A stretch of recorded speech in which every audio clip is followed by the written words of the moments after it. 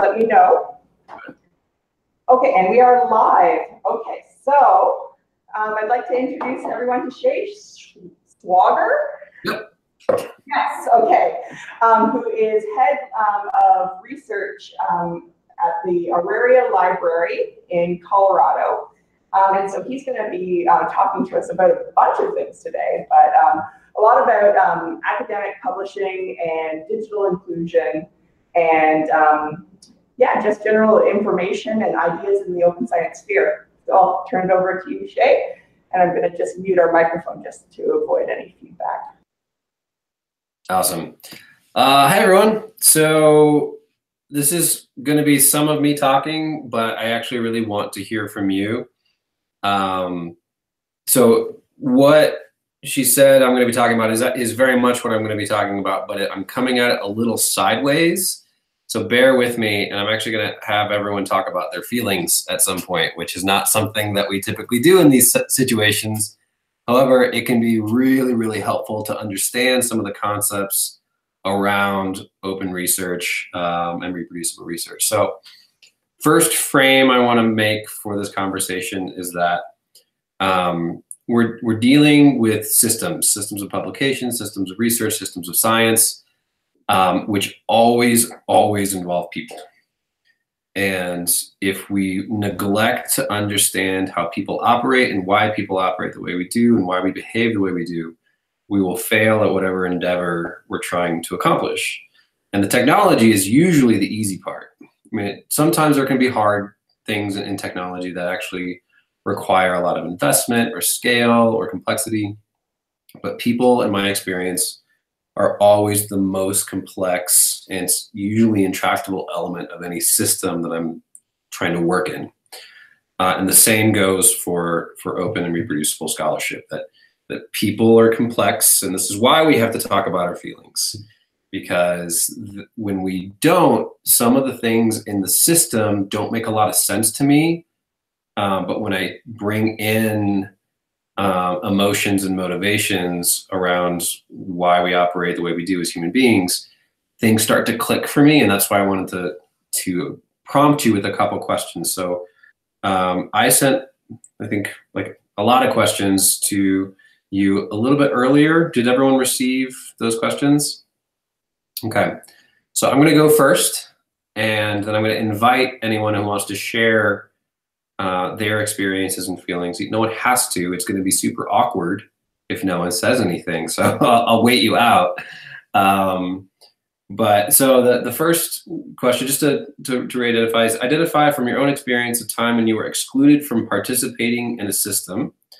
How did this make you feel and why? Who benefited from the system? And did you take any action or inaction as a result of that exclusion? So the one I chose was the 2000 election. Oh yeah, we have a new person. Hi, new person.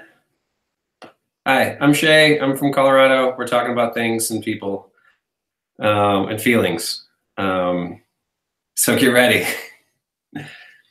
So the system that I was excluded from was the 2000 presidential election.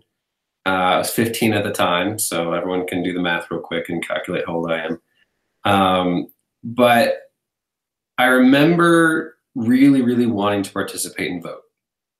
I remember having strong opinions, and I wanted to not only just like participate in a democratic system, but like I felt like the things that my parents cared about were not the same things that I cared about. And because I had a different set of values, I wanted to be able to exercise those values through participating and vote.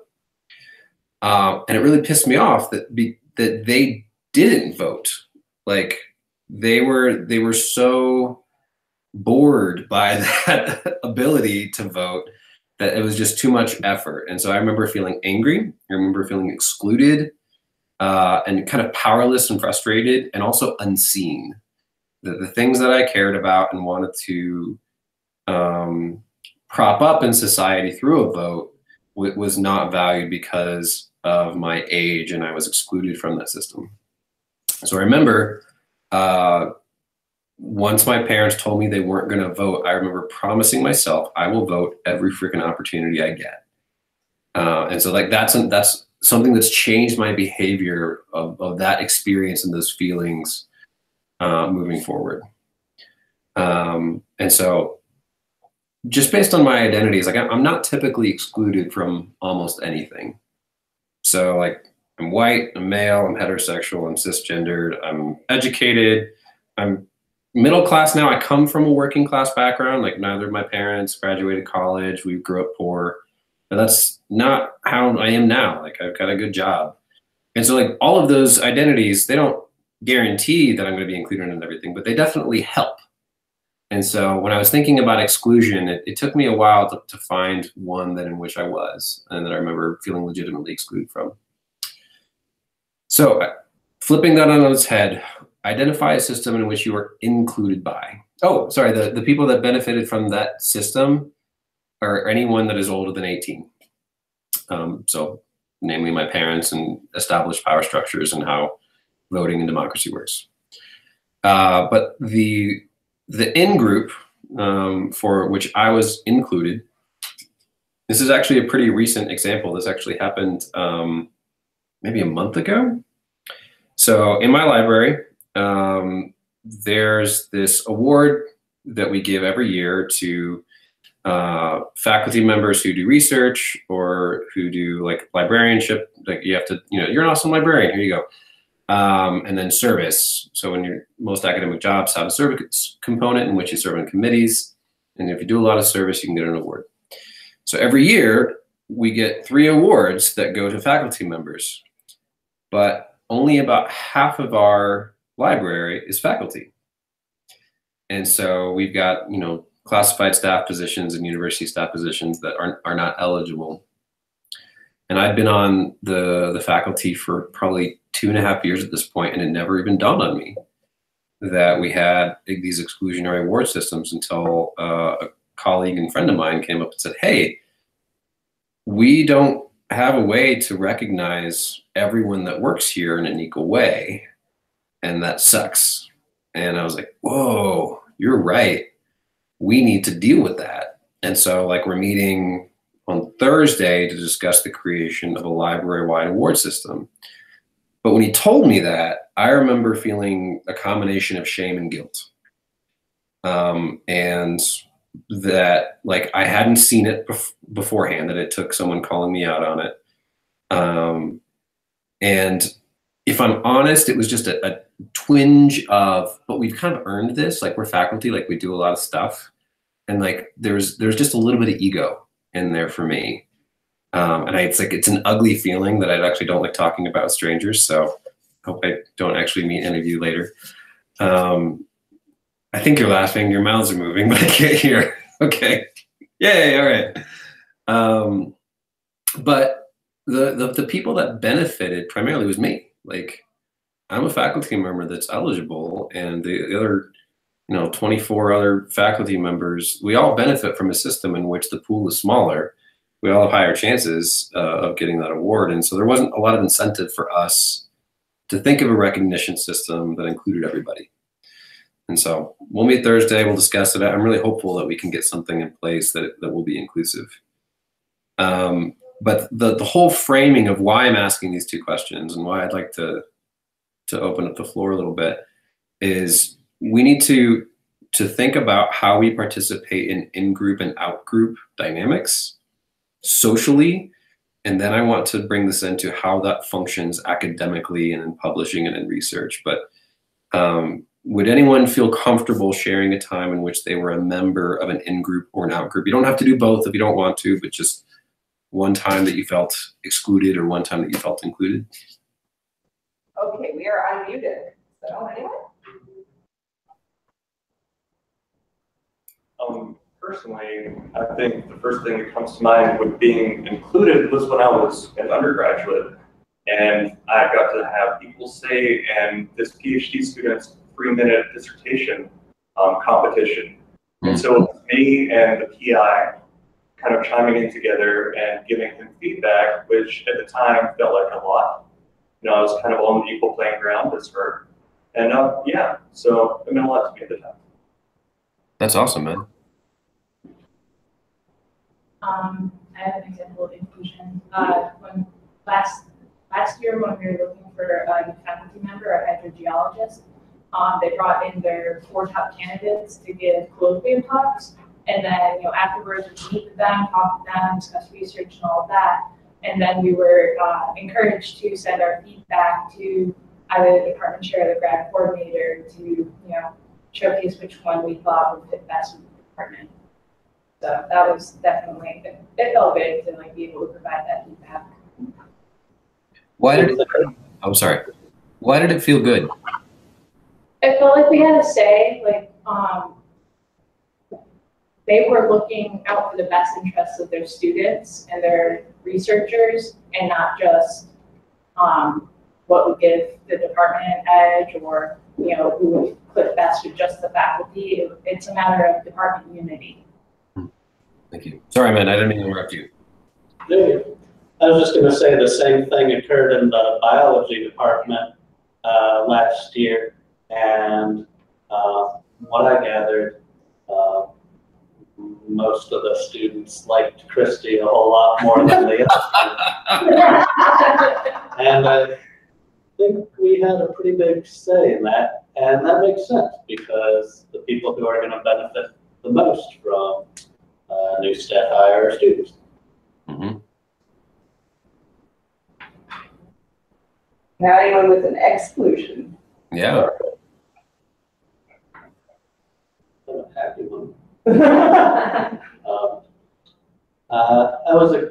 I played a lot of music in high school, and I got excluded from a real fun jazz group I was in for someone who was a much better professional bassist. And while I enjoyed playing with the other guys, it made a lot more sense for that person to do it because he was going to school for music after he graduated, and I wasn't. So he benefited a lot by getting practice for his college.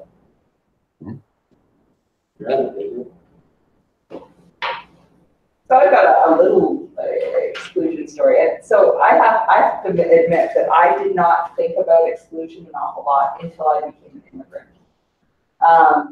And so it's funny. I mean, I am a 4-hour drive from where I was born. But I didn't realize that so much is harder when you are not a citizen. And so just simply, there's just so much more onus on a person who is an immigrant to prove their identity, to participate in any system. And so there's just extra little steps. And so it's something that I didn't even think about, just across the lake. But it's something that I think about constantly now. It's like, how do I navigate this situation? Okay, is there a tutorial for navigating this situation? Will it apply to me? Mm-hmm. Yeah, thanks for sharing that. Anyone else for an exclusion?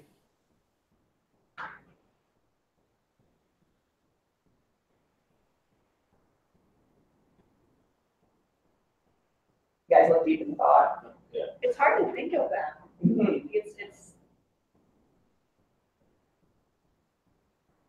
That's probably a bad thing. I mean, Just like what she said, I mean, intersectionality for some of us is like, I think there are some examples of stuff.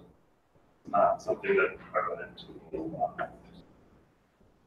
Yeah, I feel like I more observed examples of exclusion than experience them as, kind of what you said of white, cisgender, American citizens. Mm-hmm. Would anyone be willing to share an example of something they've seen around exclusion?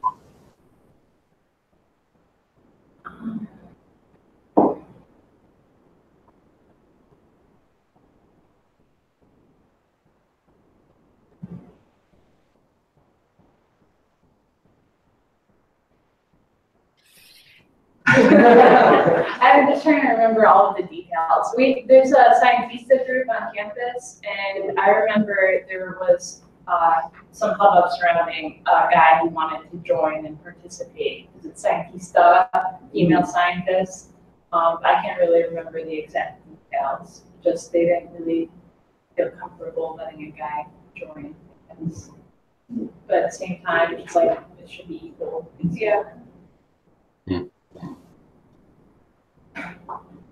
Well, I guess I'll share one. It's kind of, it touches on both. Well, it's more of an inclusion story for myself. When I was in undergrad, bridging to grad, I was accepted into an internship program in Colorado.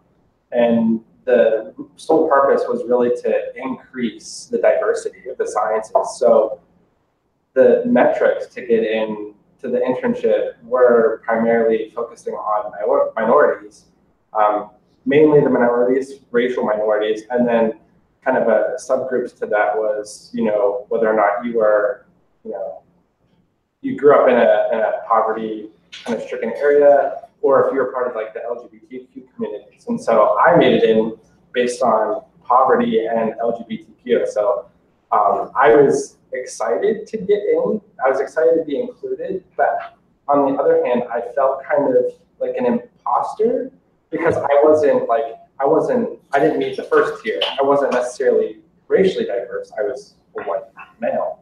And so predominantly the sciences are completely saturated by white male. And so in that respect, I felt, well, I was happy to get into this prestigious internship. I was also kind of, I felt like an imposter in that respect. And so that made me realize that exclusion, that the internship had in itself. I mean, the idea is to increase inclusivity, but like itself, it was excluding the people who are typically overrepresented. So it was interesting to see both sides in that respect. Man, thank you.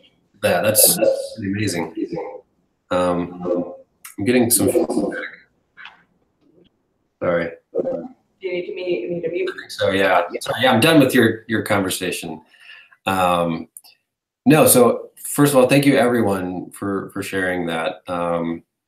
It's not easy to necessarily talk about those kinds of experiences, especially, actually both of them are hard for me for different ways. When I talk about inclusion criteria, I have to address ways in which I have privilege, and that makes me feel some things, namely guilt around that. And then when I think about exclusion in ways I've been excluded from things, it feels bad. Like, I don't know if it's anger or just ugh,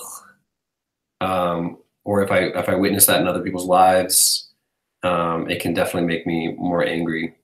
But to your point about like feeling like an imposter around, like, are there certain identities that, you know, are being valued in this kind of internship more than others, and how do I navigate if some of my identities fit and some don't?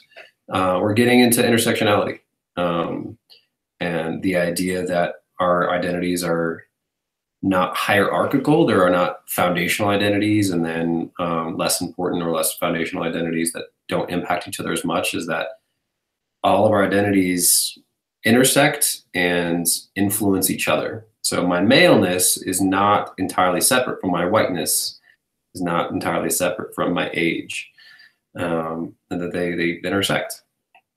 So it's not a clean category. And so, you know, being put into a system which is ranking your categories feels weird. And it can be a good thing, it can be a bad thing, like depending on how you're approaching it. But nonetheless, I appreciate you sharing that. So I wanted to talk about feelings because I think they deeply impact why we even have a class about openness or reproducibility. Because we have to ask the question of this: if this class needs to exist, and I think it does, then the default is not open and not reproducible. But why was that created as the default? Like, what were the driving forces behind what formed that? It's just how we do it. And I think a lot of it has to do with in-group, out-group mentality. Us versus them, me versus other, and a certain disposition for a scarcity of resources that there isn't enough to go around for everybody. And if there's not enough to go around for everybody, I need to make sure that there's enough for me. And it doesn't usually look that ugly on its face. Well, especially when institutions do this or when people do this. There's rationalization and there's policy and there's administrative, bureaucracy that make that process more obfuscated. But nonetheless, there's conversations of scarcity in higher education all the time. There's scarcity in education writ large. And that's a real scarcity. It's not necessarily just an ideology of fear. Like the fear is based in reality that we're underfunded. And so if there's a scarcity mentality and if there are real feelings and real people that are operating in these institutions that want to try to accomplish something, then we're going to have a breakdown of the system at some point in which the benefit of the entire system will not be for everybody, but it will be for some over others because of the scarcity effect and because we actually have feelings like fear or shame or selfishness or jealousy. And it's not just bad feelings. Like there are good feelings too. Like academia is full of amazing, wonderful, hilarious people who are incredibly altruistic and help each other. But if we include the good ones, we need to include the bad ones too. So academic publishing and getting a paper published is one of the main ways to give validation to a person in scholarship.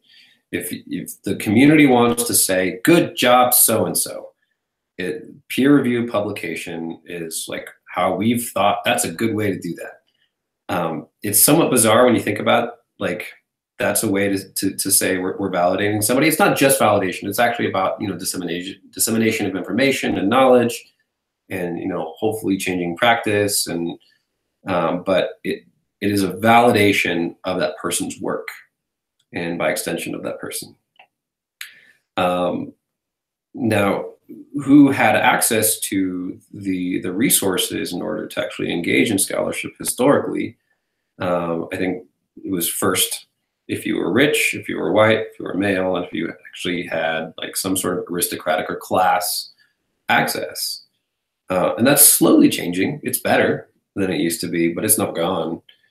I think that so I work at an urban university. It's actually I'm on a weird campus. We're a library. We serve 3 institutions. One of them is a community college. Over half of our students are first generation. Most of them are ESL, English as a second language, a lot of immigrants, hundreds of undocumented students. So it's a different kind of population than if I were to go, 30 miles up the road to the University of Colorado Boulder. It's an incredibly well-established, very rich, very white campus. And it's just not my campus. And so those are different kinds of institutions serving different people. And they have a very different budget. And so there's this class thing that I experience, like when I go to CU Boulder, I went to Harvard for the first time last fall. And it was like all the buildings were yelling at me how much money they cost. That's not true. It was just my experience and an impression of wealth. And having money isn't a bad thing. It's not the takeaway here. But it did register some of the vestiges of how class influences how scholarship is produced and who gets to participate in it. And that was the only time I've actually felt like an imposter on campus is when I was on Harvard's campus. It's like, ooh, I feel weird here. I don't think I belong. I'm going to go back to my Airbnb and log on to my home little library website because that's where I felt safer. And if I felt excluded on that campus, I can't imagine how some other people feel. But in-group, out-group mentality has a giant effect on why I think open and reproducible research are needed. But I've said a lot at you for a little bit, and so I want to try to like just gauge the room, unmute the mic real quick, and just, you know, how does this sound to you? Is this something that you've heard before? Is this something you've experienced at all? Like crazy talk and like, no, that's not how it works. And if that's the case, I want you to push back and say like, hey, dude, hold your horses. So yeah, just before I move on, I wanted to see where people were in this. With regards to the need for open access publication, or? Yeah, anything like how scholarship is produced or validated, how like wealth or class or, you know, status in society influence that. I mean, any and all of it. Well, yeah, in the past, I mean, places had funding to do something, study anything, study birds or whatever, got to do that, whereas other places that were struggling, just that wasn't their top priority. That wasn't something. So that's, yeah, that we see that still in our society today. But that doesn't mean that things are published should only be readable to people that can publish. They should be readable to everyone. Sorry, I'm neutral. Yeah, I mean, I think our class has kind of established that we've discussed this a little bit. We're on your side. Okay. Yeah, there's definitely the issue of paywalls. I mean, Yeah. Not only the issue of, you know, universities that aren't subscribed to certain journals being able to access certain information, that sort of thing, like this country, but also the intercontinental exchange. Like currently, my lab group, our theme of the semester is publications by non-US based authors in non-US countries. And it's definitely a bit of a struggle to find those publications because, you know, we only have certain access to that sort of thing because of these paywalls that are thrown up everywhere. And that definitely limits the advancement of research.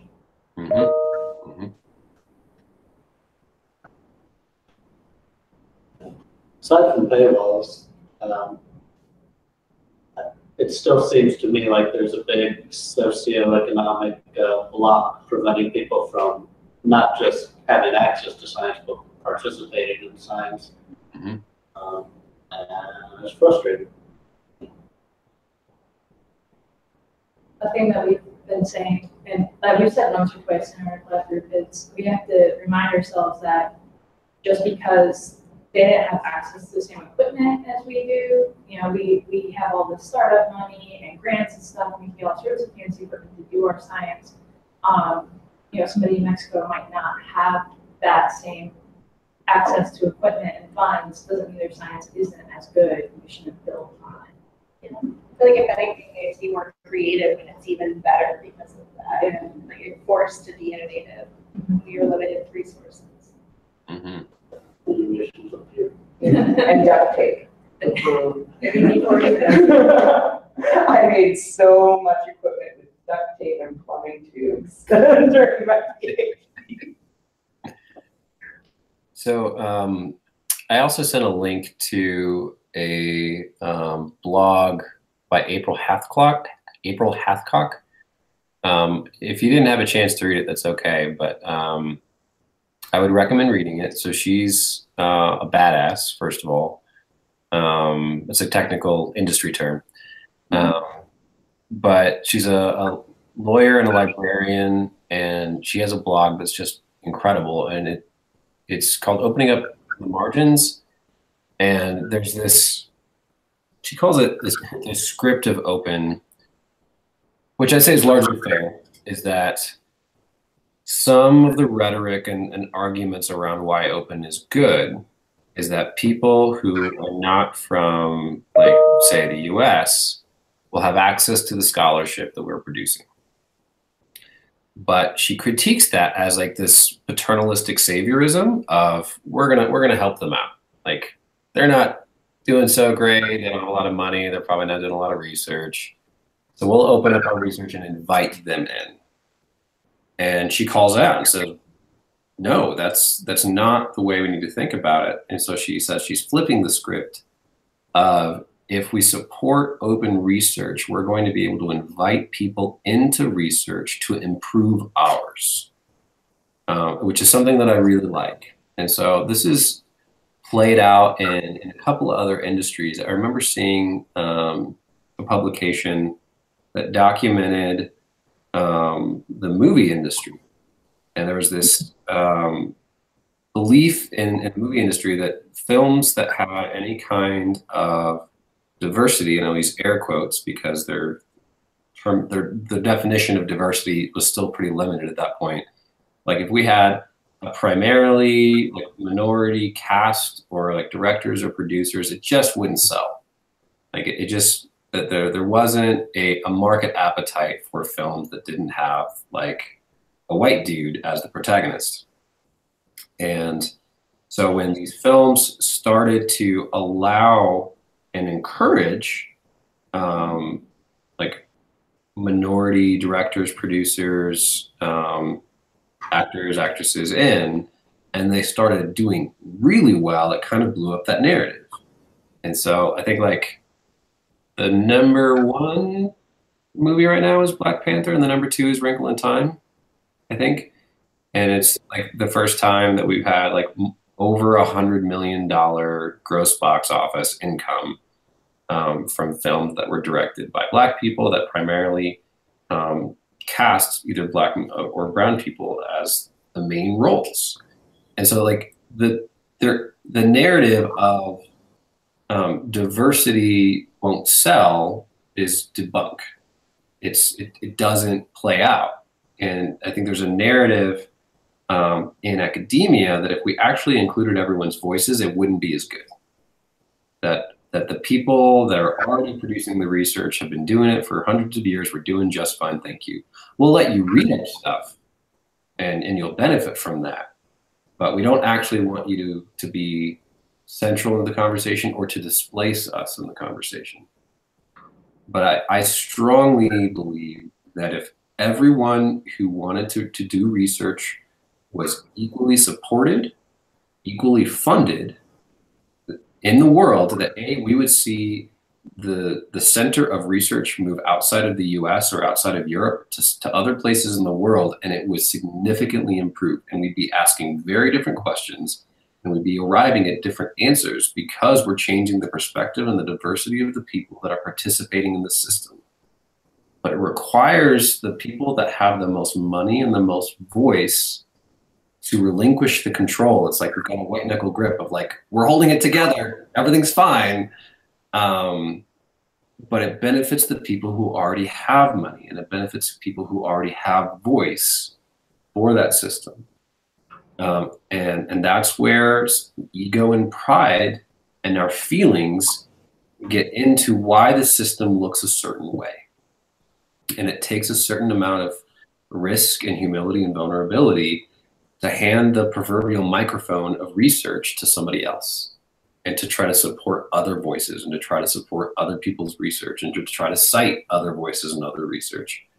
Otherwise, we end up with an echo chamber, which is what we typically see in a lot of disciplines, is that, you know, some like dead white guy from, 40 years ago, like has, these seminal work, and everyone cites it, and it's just this like citation echo chamber. But when we start opening up who can research and who can write and who can publish, we're going to start breaking up in those echo chambers, and I think really flourish in a productive way.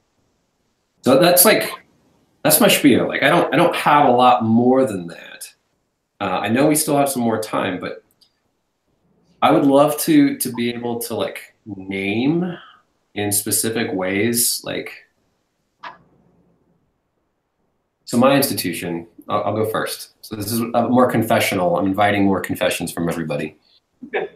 My institution has a collection development process. So collection development, let's back up. Open science and open research is awesome, but most of the ways in which open science and open research are shared are still through library mediated venues in some way or capacity, even for open science. Like it still goes through libraries, which is a problem in itself.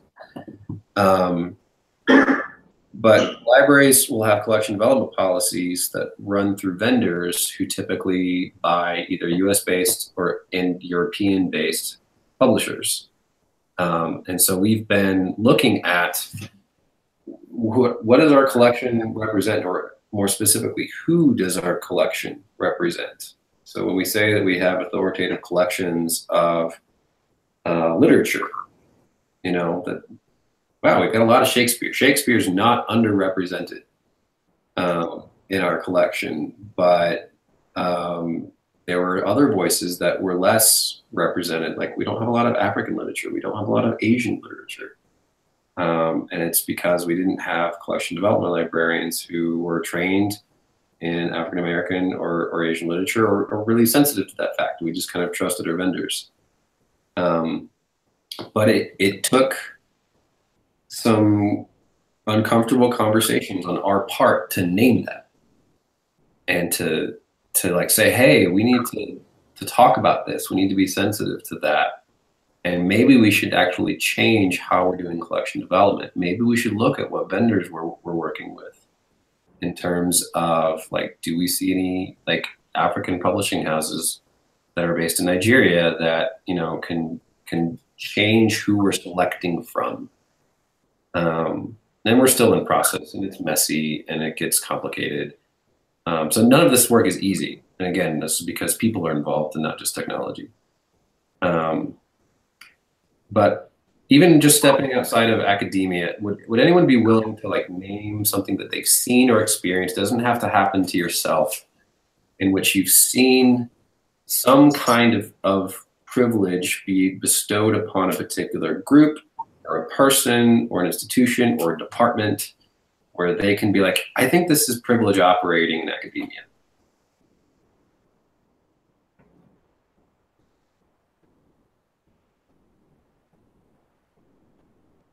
Our department offered up several summer teaching opportunities for grad students, ones that weren't taken by faculty. And part of the selection process has to be like seniority or something like that, which I'm not in need of summer funding, so I'm kind of removed from the situation. But there are some people in our department that, especially international students, probably are, because they can't work anywhere else, and that's not part of the selection process. Seniority also, at some point, you know, a group of people may take over, and then, well, the next year they just moved up the ladder another step, and so it's the same group of people. That's kind of a strange process. Thank you. Like a privilege process. Yeah.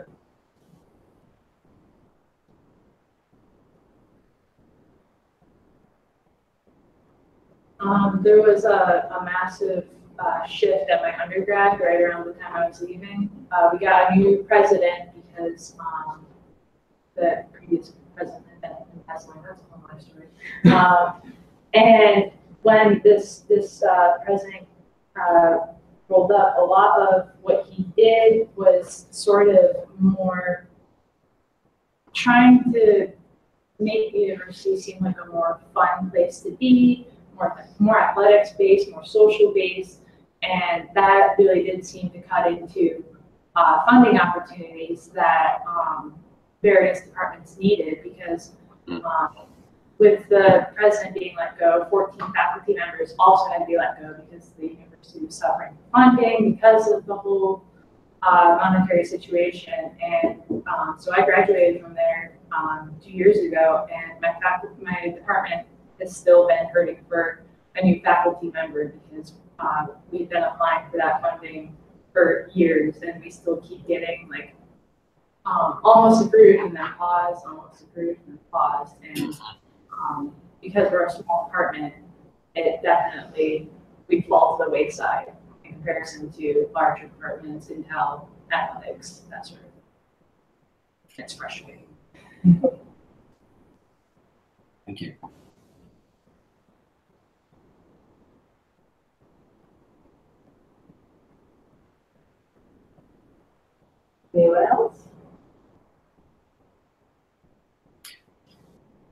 Christy, actually, I'm gonna call you out. I'd love you to answer if you've seen privilege operate in any way. It doesn't have to be at your current institution, but I'd be really curious what you've experienced and seen. Well, so I am a woman in quantitative science. Mm-hmm. And so what I find is, well, I've had previous supervisors who have often sent me to male researchers to check my work. And so like there's just sort of a, well, did you check that over with so-and-so? Because, well, he knows about these things. And in reality, he didn't actually have any experience with the particular software package, but, you know, so there is this constant need to prove myself, which I feel is a privilege operating. Of course, I also have the issue of, well, I am quite privileged myself in that I am a white person with a good education. And so I am perhaps more trusted than someone who wouldn't necessarily have the benefit of these identities. So, I mean, going back to my immigration status, I just breeze by people at the border compared to like the average rate of processing. You know, I have legal status in Canada and the US. And so, hey, are you going to visit family, says the border guard, and I said, yes. And they go, okay, have a good time. And so like I have that incredible privilege there. And meanwhile, a person who doesn't have the benefit of the color of my skin gets stopped and asked lots of questions and, you know, has to justify every aspect of their trip and say, okay, where are you going? What are you doing? And that happens both directions on the border. So. An example I can think of that I haven't been a part of necessarily, but you're learning about NSF grants and how certain grants are selected in that process. Sorry, I'm listening.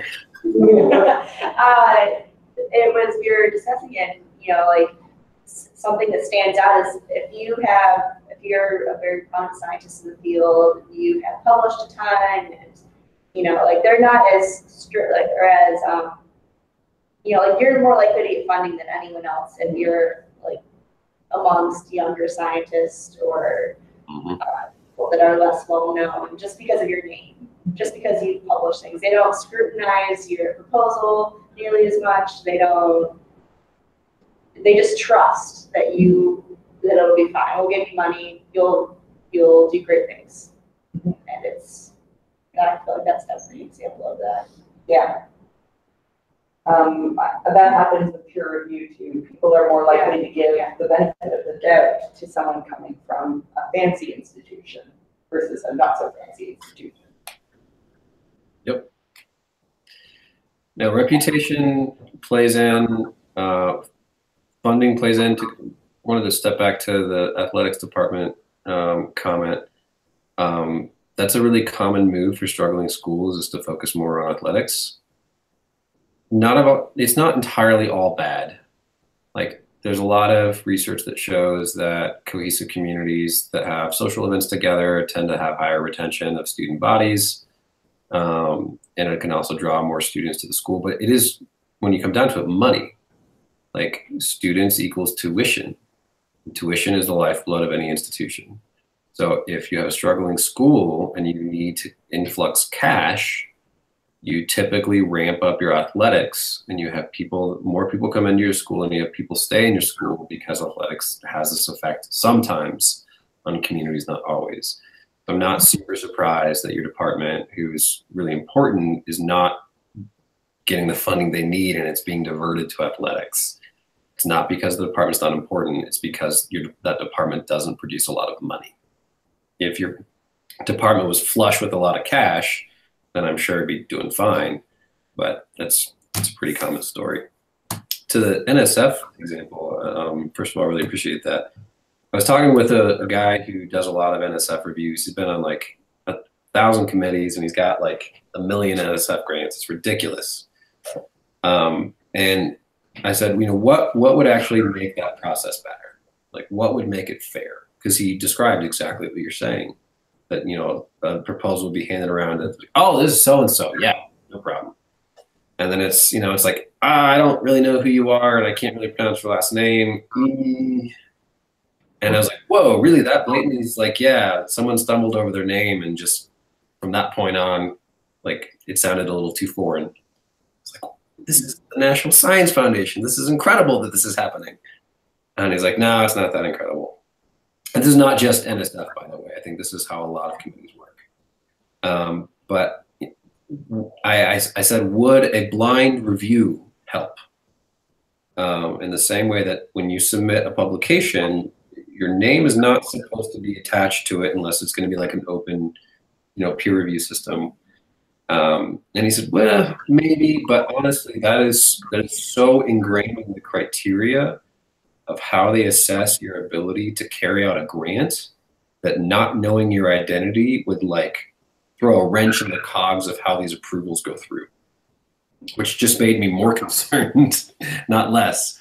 But I think a review system in which your previous work didn't count, and it was just on the merits of your application and the way that you've identified the expertise and infrastructure of your ability to carry out your grant, sounds way more fair. But that would require buy-in from a lot of people who are on the committee who are also applying to other committees. And they benefit from the system being the way it is. So like the guy I was talking with, I don't think he'd care saying his name is Mike Ferreira. He's on a lot of committees, and he gets awarded money from the same kinds of committees all the time. And so everyone knows Mike. Oh, this is Mike. Yeah, Mike's solid. I like him. He's done good work. He gets funded. And so he's like, what incentive do I have to institute a blind peer review in the system that feeds me very well? He's like, I hate to put it in that kind of terms. Like, I don't want to make it that Machiavellian, but like, this is working really well for me. I'm like, come on, Mike. You're better than this. And he's like, I know I am, but like, it's working great. Like, I don't think I would take on the emotional labor and a ton of effort it would take to make this system more fair.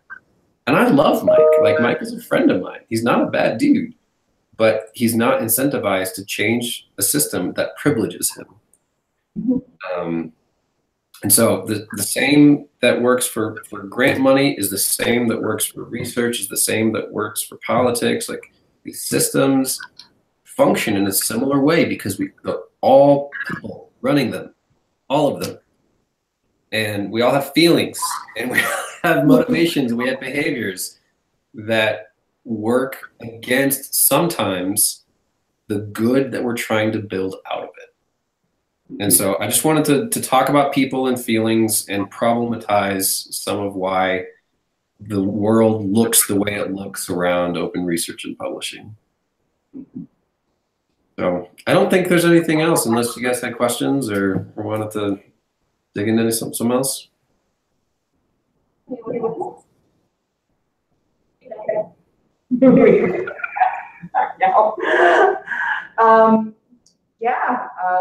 All I can say is I can confirm I recently reviewed my first federal grant, not for NSF, but a different federal program. And there's like a section about me rating how qualified the people are to do it. Like, how qualified is this team? Is this team the right team for this job? And it's just entirely based on what they've done before.